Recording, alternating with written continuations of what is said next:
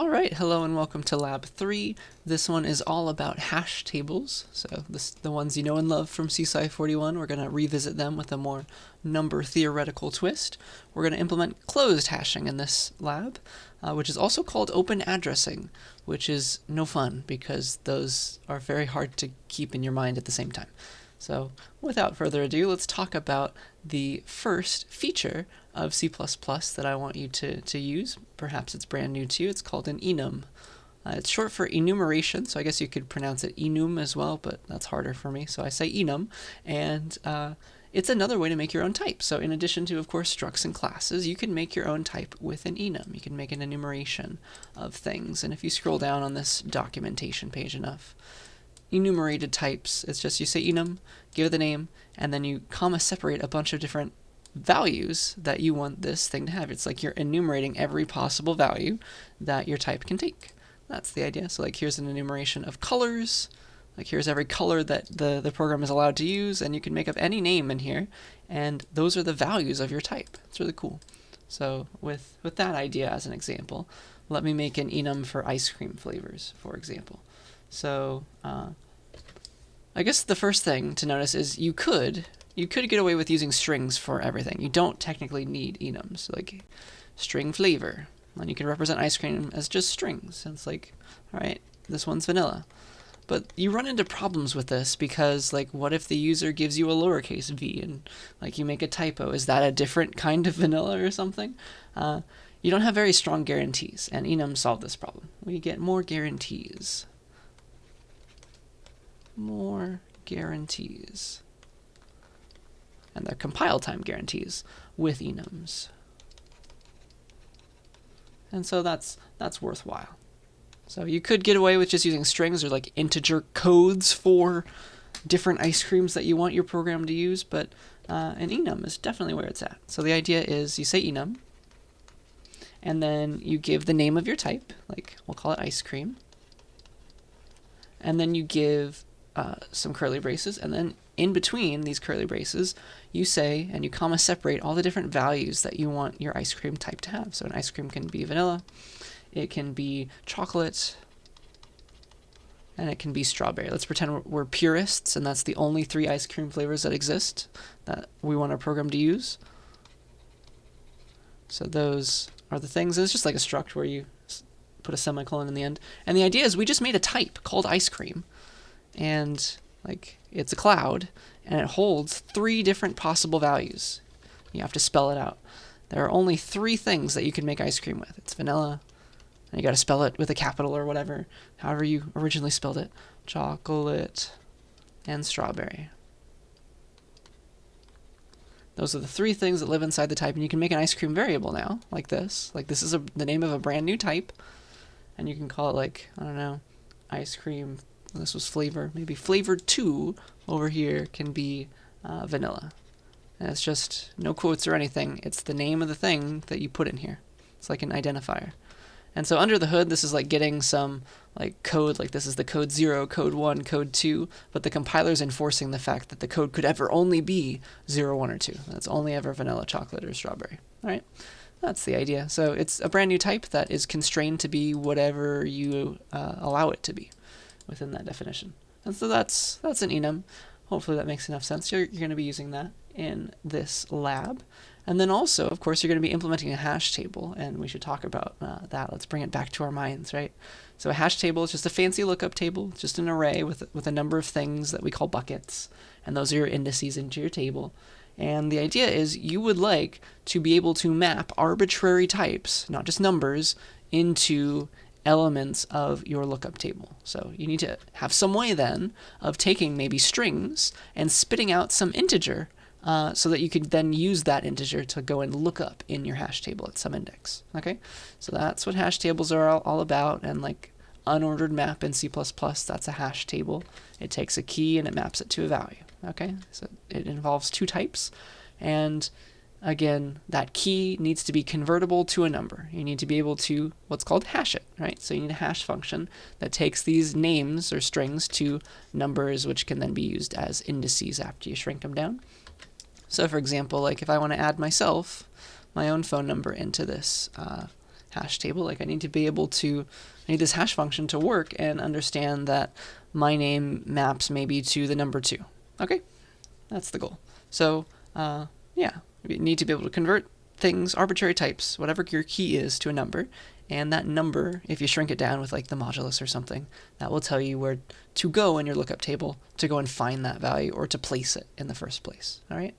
So yeah, there are 2 major types of hash tables implementations. In my CSCI 41 class, I have my students implement open hashing, which I think is the easier of the 2. It's when you don't store elements in the table itself. It's like you open up the world to have a list inside of it as well. It's not just indexes into the lookup table. You can use an extra list, and here's like what happens. The idea is you have to be able to solve the collision problem. Like my name, it's mapping to index 2, but there's already something there. What do you do? And so open hashing says, okay, if index 2 is full, like here's 0, 1, 2, if index 2 already has something, well, the reason it has something is because somebody else was in there already, and the way I'm storing everything is a list of key value pairs inside of that particular index. So like at index 2, there was already a key value pair here.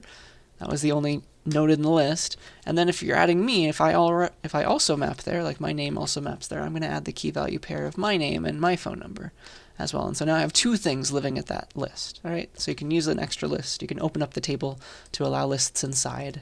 That's how I like to think of open hashing.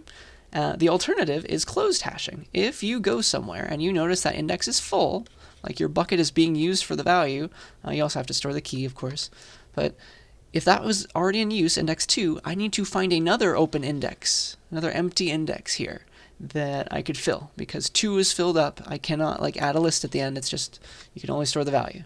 So maybe I go to index 3 if that's available. That's what closed hashing is all about. You must store the elements in the hash table itself. You can't open it up and add extra things. And this is what you're going to be doing for this lab. Okay, so you're going to be implementing closed hashing. So definitely go back to your CSCI 41 book, read up on it again if this is fuzzy in your mind. But this is where we're going. All right. So the idea is if you're going somewhere and you notice that there's a collision, like the index you're trying to hook into is full, you have to find another index. All right.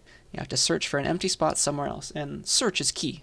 All right. You have to find some new place, some empty spot, and that might take a while. And there are a bunch of different schools of thought as to what way is the best way to find an empty space, and those are called probing strategies, right? I hope you remember those.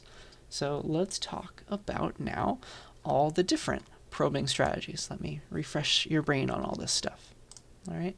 So closed hashing probing strategies. The idea is you have to save the key and the value in the table, otherwise you don't know which key this value is associated with. So secretly there should be a key value instead of just a number. Like you should be storing John Smith, comma, his phone number, kind of thing. All right, but that's enough about that. So the easiest way to solve this problem is linear probing. It's just, all right, you looked at one index, go to the next one now, okay? And so let's say, here's my silly example that I'll use for my running example. Let's do a reverse phone book. So I'm just going to take phone numbers to names so that I don't have to worry about like hash functions and teaching those to you right now. Reverse phone book. We're going to map numbers to names, not names to numbers. All right. So let's say I go and here's my hash table. It's got 3 things in it. It has a size to hold at most 3 numbers.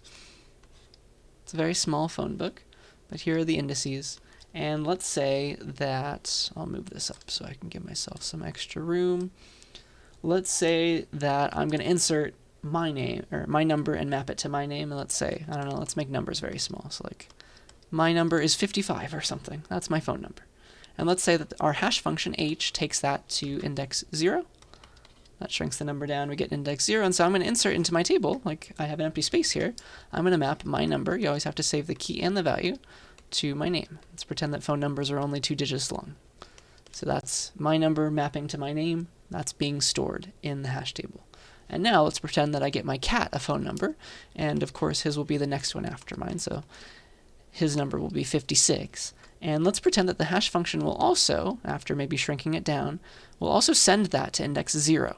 And so we go here and we notice that, oh shoot, it's in use. We have to use one of the other empty indices in the table to store my cat's phone number mapping to his name. Okay, so yeah, linear probing is when you just go and look at the next one and wrap around as necessary. So in math, the math is key to understand. So let's pretend that h is our hash function, like I'm writing down here.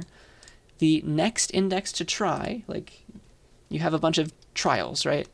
When I equals 0, that's your very first try. You try the hash of the key plus 0 mod n, where n is your table size. And so that's just, you go to index 0, for example, for this one. When I is 1, like if it's already in use, you go to, you set I to 1, that's your next trial, all right? So the first time you use I equals 0, then I equals 1. If you didn't find a spot that's empty, then I equals 2 if you still didn't find a spot that's empty, or the thing that you're looking for. It works for both insertion and retrieval. And so, for example, if like I'm inserting 56 as a key, then h of key is 0 plus 0 mod n gives me index 0, but that's in use, so I'll set I to 1, my next trial now. That's index 0 plus 1 mod n, which is just 1, and oh man, that's an empty spot. So this will be the next place that I try. It's just like try the next one. Try the next one after that if that one's in use. 56, and this will be where I put my cat and his phone number. So that's the idea. If you try to insert one more person and it also maps to 0, like first you'll look here, then you'll look here, they're both full, then you'll move on to this one, and that will be the next place that you insert, assuming your next hash function also gives you back 0. So that's the idea. You're going to eventually wrap around, like if your table looks like this, and like you go here, and like the hash function takes you here, you look here next, and then you wrap around. It's mod n. It'll bring you back to index 0 after that. All right, so hopefully linear probing is coming back to you. That's the easiest example. Quadratic probing is a bit fancier. It's going to jump around the table a little bit more. It's going to do this. It's like linear probing was like, okay, that's no fun. It's very easy for linear probing to add a bunch of things right next to each other in order, and so that makes it very long to like find something. Quadratic probing is you pick two constants. I won't go into much depth on this because you're not going to implement it anyway. You pick two fancy constants, and then for each I, like I is 0, you first try the hash of the key because these go to 0, and then if that part is full, these constants times I are going to move you around a bit in your table. It's like first you try here, then you jump to here, then you jump way over to here, and then you like wrap back around and try this. And so you kind of like wobble all around your hash table if you need to probe. So like maybe you're bouncing around until you find something. You're not just trying the next, because that's going to lead to like a bunch of gridlock. It's like a traffic jam inside of your hash table that nobody wants. So quadratic probing allows you to jump around the table according to a quadratic equation, because there's a squared there based on I. But that's still not cool enough. Arguably the best closed hashing probing strategy is to use two hash functions. It's called double hashing. So you use two hash functions to jump around the table in a different way depending on the key. Because this way it's going to jump around the same offsets. Like when I equals 1, when I equals 0 and I equals 1, like the offset between those is always going to be the same no matter the key. When I equals 2, the offset between 1 and 2, it's always going to be the same no matter the key. So that's no fun. That's not as good as it could be. Let's make it jump around differently each key. That's what closed hashing, double hashing is all about. You use two hash functions, and that, like maybe for one key it bounces around like that, but for another key it bounces around like that. And so it tries different places. That's the goal. So you need two hash functions for this, and that means we have to call one h1 and h2. Maybe our original hash function, we'll call that h1. And here's how this one works. So again, here's my table. And 0, 1, 2. Again, I try and insert my phone number mapping to my name. And so again, the hash function gives me 0. I go there because it's empty. That's fine. And I'm going to put it there. But then I try and insert my cat's phone number. All right. And this was h1 of 55 was 0. h2 of 56, because that's going to be my cat's phone number, right? That's the example. Let's pretend that's also 0, and now we have a collision because we go here. So what do we do with double hashing? So we have a second hash function by our side. And sorry, this was h1 again. h1 of 56. That's giving us 0. So now this is where the hash function comes into play. Again, you pick an I equals, like it starts at 0, and so we just try the original hash function for the very first round. But if there's a collision, we're going to bring h2 into the mix. You see that? And so when I is 1, what's going to happen? Well, we're going to start and multiply it by something. All right? So let's just pretend, I'll talk about this bullet in just a second. Let's just pretend that our second hash function on that key, 56 that I'm trying to insert, let's say that gives back 2 somehow. Okay?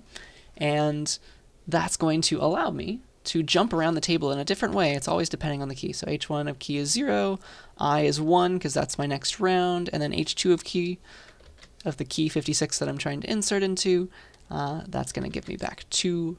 And so this will tell me, please try index 0 plus 2, so index 2. See that? And so it's going to jump around in a weird way. And if that one's empty, that's where you want to put your thing. So 56. And my cat's name. That is closed hashing, and a good way to make a second hash function if you're struggling to find one. It's just, well, if you have numbers, pick a prime number smaller than your hash table's size, and calculate this. So like, I don't know, I guess this size is 3, so the only prime that we can have here is 2, and let's calculate 2 minus your key mod the prime again. And this will give you a nice hash function depending on an integer key. That's probably going to be different than this one. Hash 1 of the key is very simple. It's maybe key mod n or something. So yeah, so those are your 2 hash functions. These are examples of 2 functions that take numbers to numbers that give back different answers. So this is a standard hash function. And I'm going to ask you to compute a prime smaller than your size in this lab. So look into that. And yeah, thanks to actually the magic of prime numbers, this hash 1 plus hash 2 function pair, trying all your I values, it's actually going to loop around the table. It's guaranteed to visit every index of the table in a different order for each key. So like, it's never going to skip one. It's not going to just like repeatedly try index 0 to index 0 to 0 to 0 to, even though 1 is empty. It's always going to eventually wrap around and find the 1. That's beautiful. So it's fun number theory reasons that make this happen, but this is guaranteed to bounce around and visit every index of the table when you double hash in this way. Isn't that cool? So you do need to watch out, because maybe you're trying to insert into a full table and you're never going to find anything. You're just going to oscillate through the entire table. So you should also remember to stop looking if you visited every n locations. You should probably keep track of your size as well anyway. So you need to resize eventually. But I don't think I'm going to have you resize in this lab. Yeah, that's just stuff from 41 that I want you to get back into your mind. Hopefully it's coming back to you. And yeah, so I'm going to have you do insertion, which should hopefully make a little bit of sense now. You have to store the key value pair, follow this double hashing strategy. I'll talk to you in the lab, write up about like what functions I want you to use and all that. But let's talk about removal, because removal is horrible. That ruins our day, all right? Very easy to implement, but we need to talk about it. So when you remove something, you have to actually mark in the table that it was removed, because watch what might happen. Here's our hash table, and let's pretend it has 4 indices now. 0, 1, 2, and 3. Let's say that, I don't know, we originally had like 5 mapping to some value or something, and 6 mapping to something else, like there's my phone number, and like 7 mapping to my mom's phone number or something. Like, pretend we had this hash table, and hashing the number 6 took us to 0, and so that was like the first place that we look, and we have to like wrap around and all that. Let's pretend that we delete this key value pair at index 0. All right, so it's gone. It's a ghost now. 5 used to be there, but it's not, and now it used to hold something as well, but it's no longer there. This is like an empty place now. If you allow removals, then here's what happens. You let's say I'm searching for the key 6, and it's going to take me to index 0 first, and let's just pretend that we're using linear probing or something. So I see that 6 is not stored in my table. I see empty space, and so I immediately conclude that, well, if 6 was stored in my table, it would have gone there, and it's not there, so I'm just going to stop looking and conclude that 6 was never inserted in the table, even though it's right here. If the 5 was still here, we'd continue with our linear probing and get to here, but because it's gone now, we have no clue that we need to look and keep searching. Does that make sense? So there needs to be a concept of this is an empty slot, but it used to have something, all right? So that's the idea. We're going to have empty since start, empty after removal, and filled to specify what is going on in our table at each index. So they're all going to have a status associated with them. We're going to have this one is filled, of course. This one is filled. This one's been empty since the start. So if you do try and look up something and it takes you here first, you really can conclude that that thing was never there. But this one we're going to mark as empty after removal, or EAR for short. And this will allow us to find the 6. Because we go here and it's oh, there used to be something here. It may have been the 6, but just to be safe, you should keep looking. And it's going to alert the algorithm, the lookup algorithm, to keep looking. And okay, then it's going to find the key that it was looking for. Does that make sense? Please yell at me if that does not make enough sense. Definitely go back to your 41 textbook and all that. But we need 2 kinds of emptiness. We need to be able to mark that this index was never filled and that it used to be filled. All right? So that's where enums come into play. That's why I have to teach it to you. Because every index, it's going to this is going to be a table of what I'm going to call hash table items, I think. And every hash table item, in addition to having a key and a value, will have a status. And so the starting status for everything is empty since start. But once you remove something, you have to change that status to empty after removal. Okay? That's the idea. So it's a lot of drawings, I know, just getting us back in the mood for hash tables. But I think I can walk you through insertion and removal now. Here's the algorithms. So what you do when you're inserting into a hash table using closed hashing, you're going to hop around and, starting according to your probing strategy, hop around the table until you find an empty slot that you're going to insert. Okay, so maybe your hash function takes you here first, and that one was, or let's pretend, sorry, that it's these 2 are full, and your hash function takes you here first, and it was empty after removal or something. You can fill it in. You can fill something in there because it's empty. Emptiness, either kind of emptiness, empty since start or empty after removal. You're gonna keep probing around until you find one of these empty statuses. Because these are filled, but any of the empty ones, you can put something in. You can fill it again. Okay? So that's how insertion works. Just hop around until you find an empty slot. Either kind of emptiness is fine, because you're going to change it to filled immediately. It's going to be okay. All right? Removal is the slightly harder one. You're going to search for the key, figure out where it is, make sure it's there. If it's not there, then the user was silly to try to remove it. But what you're going to do is you're going to find that key in your hash table, it was 42 mapping to L or something. You are going to change the status from filled to, you don't even have to delete the key value pair. You can just change the status from filled to empty after removal, and then your insertion algorithm will know to overwrite this key value anyway, later, if it needs to. You're going to mark it as empty, all right? Empty after removal. Never empty since start. Only at the beginning does the constructor set everything to empty since start, all right? So that's removal, and then searching and lookuping is essentially, well, insertion does that, removal does that. You have to look up where you're trying to go, and that should fix things. So either way, you're either looking up to insert, check if something's there, get back a value, or remove. So search/lookup is at the beginning of every one of these algorithms. So removal is what's ruining our day, and here's the algorithm. So again, you're going to follow your probing strategy. Look at places inside of your, inside of your table, every index. Here's 42 mapping to L again.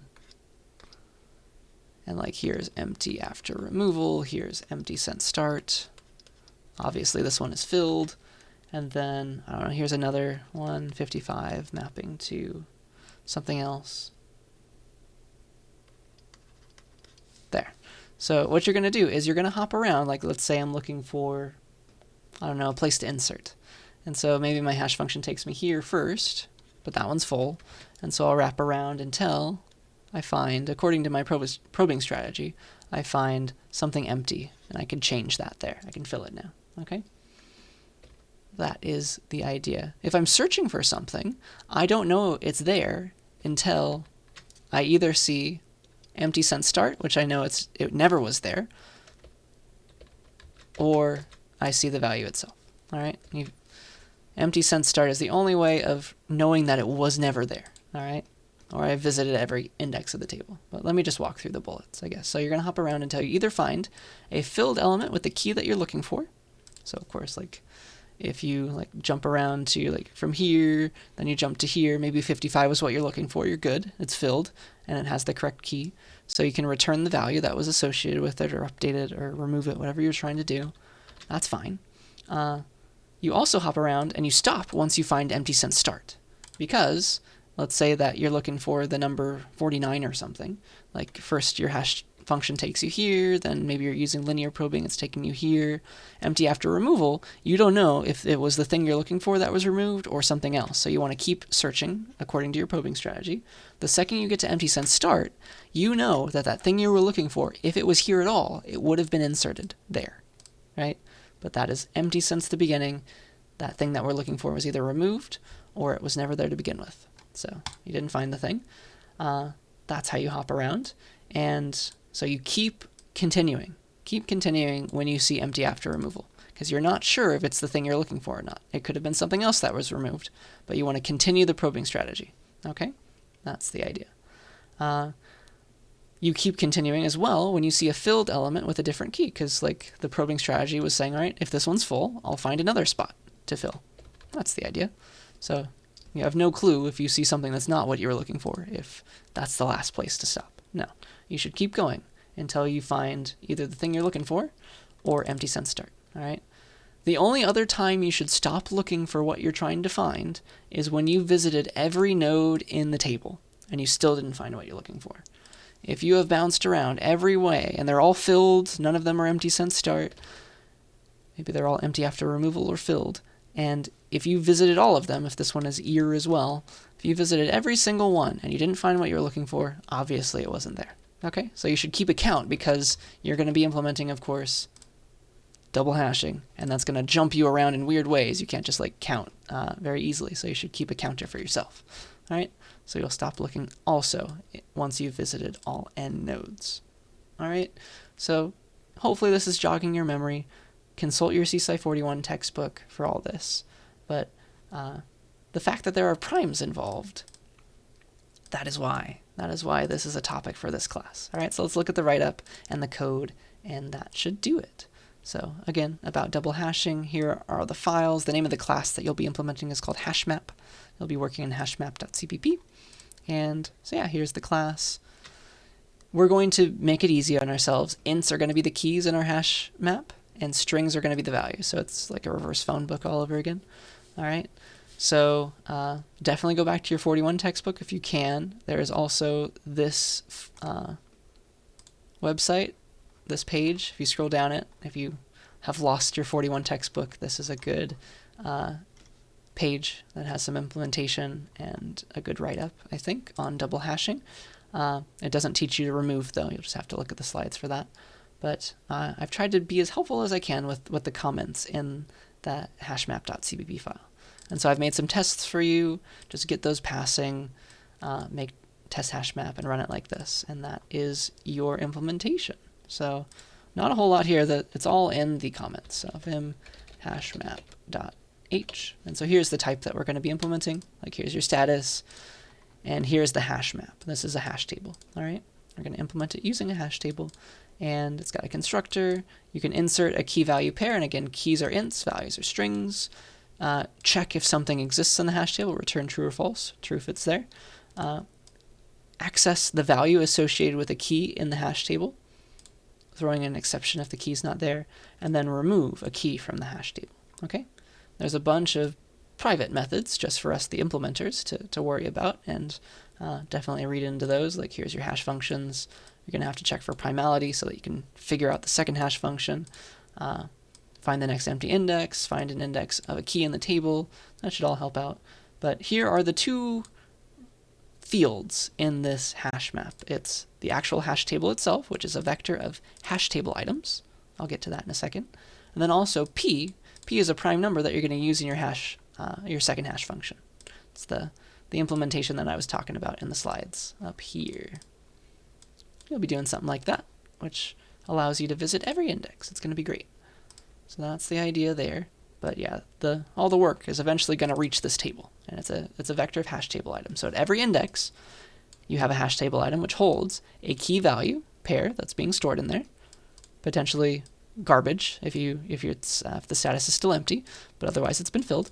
And then of course a status. The default status is empty since start, and you will never overwrite a status that's empty since start back to empty since start. You're going to always change it to either empty after removal or filled. This is like the life cycle of a status. It's going to start empty since start. You're going to fill it, so you'll mark it as filled because it's got a real key value. And then if you delete it, you're going to change the status to empty after removal. You can potentially fill it again, remove it again, but it's never going to go back to empty since start. Okay, that's that idea.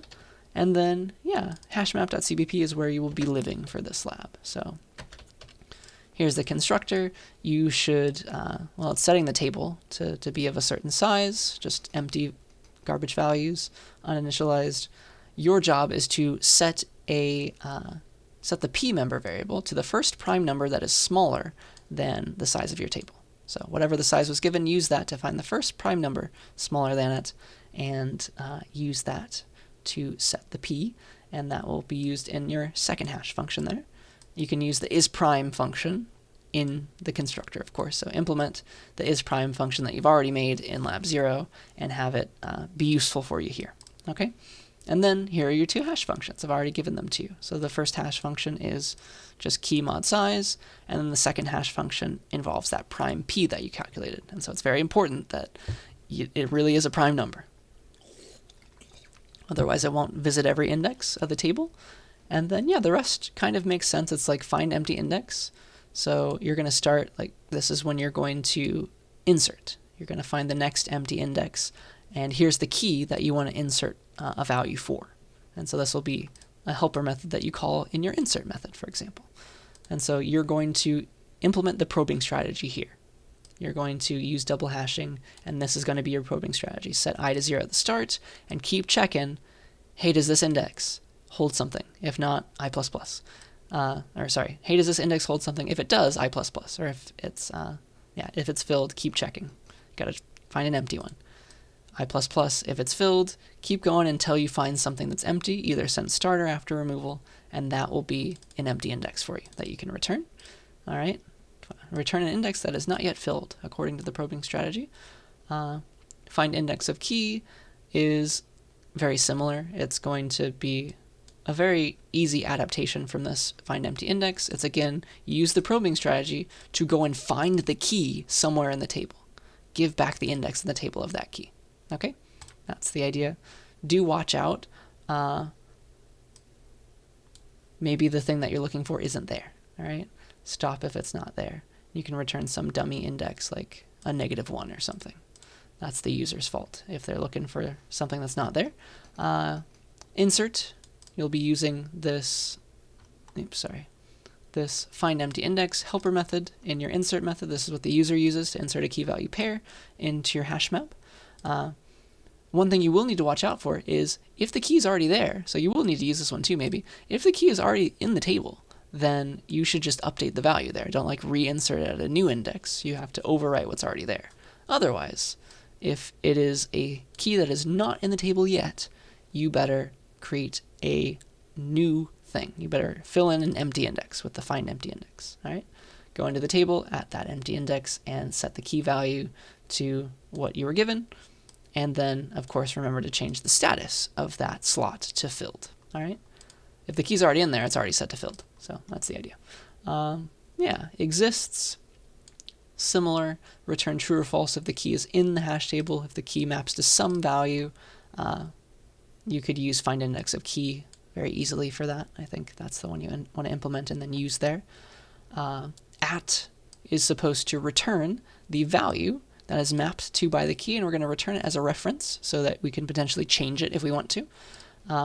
You'll use the find index of key method, and you can say that like if the index is not there, you can just return -1 in your find index of key method.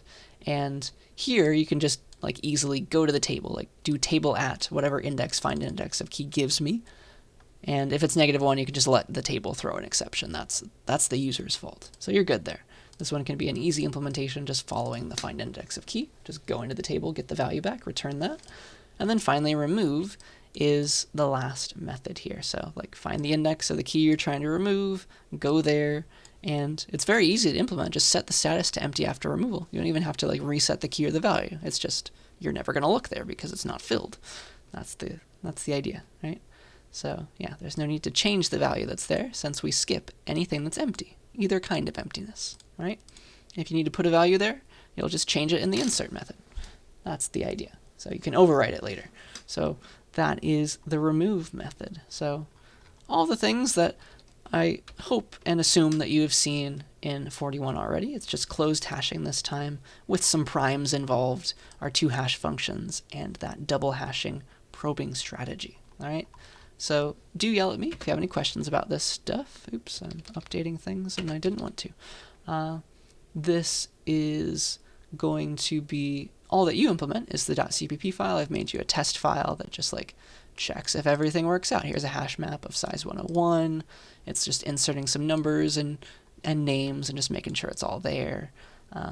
Potentially making sure that exceptions are getting thrown. Maybe not. I'm always correct.